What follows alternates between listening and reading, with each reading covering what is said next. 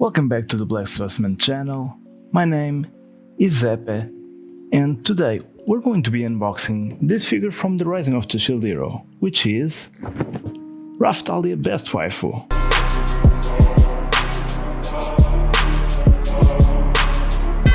This figure was made by Kotobukiya, and as with most Kotobukiya figures, it's a high price, high quality figure. I'll talk a bit more about the price later. Also, don't forget to always check for the Kadokawa sticker, just to avoid bootlegs. It's a 1/7 scale and it comes in a box with a big display. It showcases the figure really well.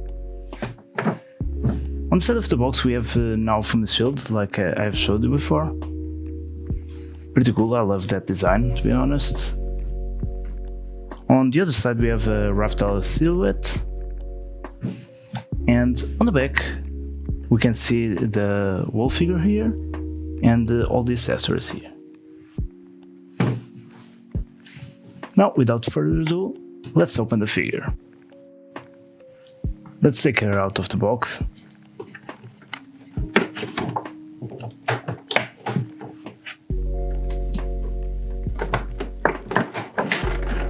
It's a big figure. And let's move the box to this side.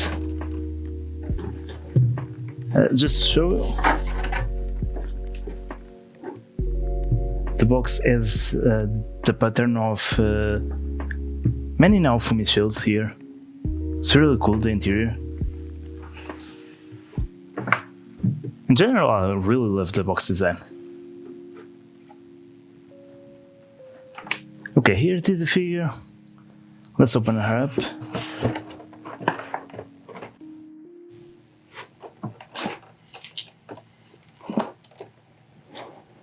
Okay, there goes 1, 2, 3, 4, 5, 6, 7, 8.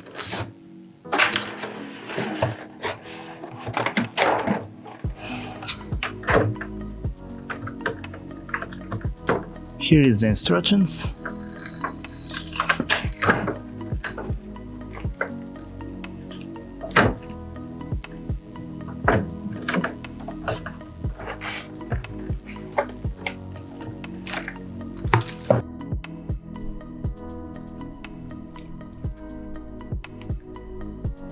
Be sure to read them, or at least see them, in case you don't know how to read Japanese. And let's take all this plastic out.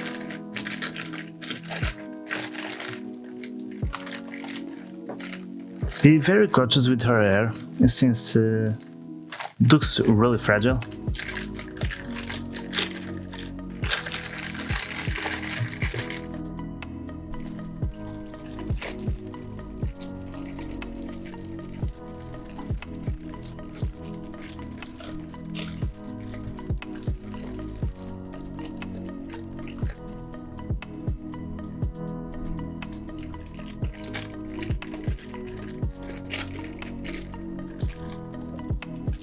And more tape here.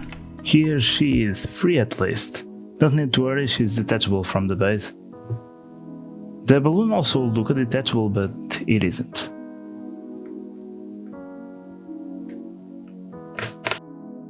And her assemble looks pretty easy. Sometimes we have trouble because the feet usually don't enter well, but in this case it's very easy. Now let's take out the rest of the accessories. Here they are. She comes with 3 accessories: her normal sword, her mana sword, and her tail. Let's start with the normal sword here. So as the figure showed, I think you detach this part. Yeah, detach this part and it enters here.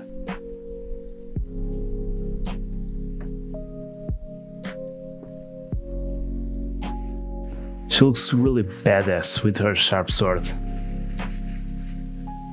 Pretty much like the anime. And now it's her tail. Let's pet her tail.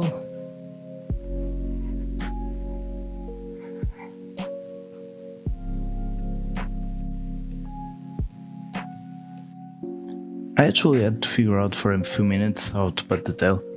It turns out it's not that easy, so let me give you a bit of an advice so that no accident happens. As you can see, her hair covers most of the entrance to the tail, but the tail is not symmetric. It has a different size here. You have to put it through this small gap here. After that, it enters really well and you don't have to apply a lot of force to fix it. But just be cautious with it. And here she is with her normal sword. Now let's try out this sword. I have to say that the piece on the hilt of the sword is a lot more difficult to take off. Also, it's a lot more smaller, so be very cautious with it. But as you can see, her magic sword looks really nice. It's transparent. It gives the look that it had on the anime. Real well done. Now that I have the figure assembled, I have to say that I'm impressed with some things. One of them is the base of the figure. The base has many elements and it's really detailed. It's the best one that I have on my collection. We have a bit of grass here, some rocks on the back and the balloon. I really like the detail of the balloon. This is an iconic object from the Rising of the Shield Hero, from the first episodes, where Naofumi and Raphtalia killed a lot of balloons. It's really well made. It looks like it's about to burst while it's being stomped by Raphtalia. As for the figurine itself, this is Kotobukiya level of detail. Just look at this, no problems with the painting, all the detail here, with these little straps here. And in terms of the hair, it's impressive.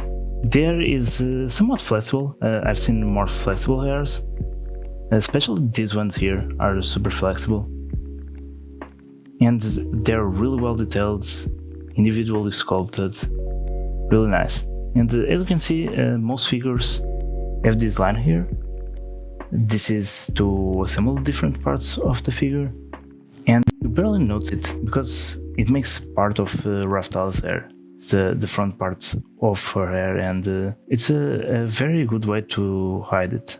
Her raccoon ears, pretty cool, and her face is really well detailed. Just take a look at here. I'm going to bring her a bit close to the camera. Not sure if you can see it because of the light. But her eyes are beautifully drawn, and I absolutely love her expression. More hair here with these golden locks, and as you can see here, the metal shines really well with the light. It makes the metal parts look metallic as they should be. You can notice that on the belt too, and on these gold buttons here. Her breastplate looks really nice. And especially the sword is really sharpened, and it's really well made. Only Kotobukiya to pull this kind of quality. The tail, it's, like I said, one of the parts that you have to be more cautious with, but other than that, it's really nice. I really like the work that they put on this figure and all the effort. Now let's talk about her price. I bought her at around $121 or 108 euros, and I bought it on pre-order at end of September last year, so September 2019. It came out at the beginning of this year, at the end of January, and after that the price went up to $188 or 169 euros. So it was kind of a big increase.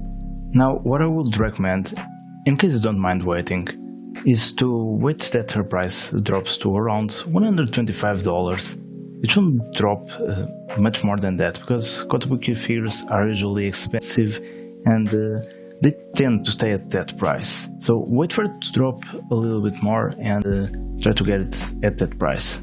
In terms of other options, for adult Raphtalia you don't have many options.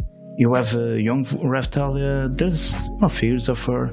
Now, adult Raphtalia, and especially adult Raphtalia with her normal armor, her battle clothes. The only other figure that you have besides this one, it's the one from Max Factory, which tends to be a lot less inferior quality. It's a figure more for battle poses and to give her any pose and any expression you want. it's more for that. If you want a really nice Raphtalia figure, this is the best one by far. The option you also have, it's the Onsen Raphtalia. It's also quite expensive and it's not her normal attire. Now let's compare to another Kotobukiya figure that I also have, which is Velvet Crow. Here she is, let me put them side by side. This one is a 1/8 scale. She's a bit more short compared to Raphtalia. As you can see, it's also another really high quality figure. This one also costed a lot. Her base has much less detail than this one. It has her pattern instead. But to have a base as good as this one, it's pretty rare nowadays. In terms of detail, this one has even smaller pieces and has so much more detail. But Raphtalia is also super good looking. I have to say that both Raphtalia and Velvet look really nice side by side, with their blades protecting all the ram figures on the back. You know, best wives protecting best waifus. That's it for today, I hope you guys enjoyed it. Don't forget to smash that like button if you enjoyed the video. Also consider subscribing so you can receive an alert when new videos are coming out. Also consider following my Twitch channel. I'll leave a link to it on the description below. I stream every week, and one of the games that I stream is Soul Calibur 6, where I have a custom Raphtalia made there. It's not actually mine, I just did some improvements to it. That's all, don't loot the Raccoon Lolly, or Daddy Naofumi will come for you, and I'll see you guys next time. Black Swordsman out.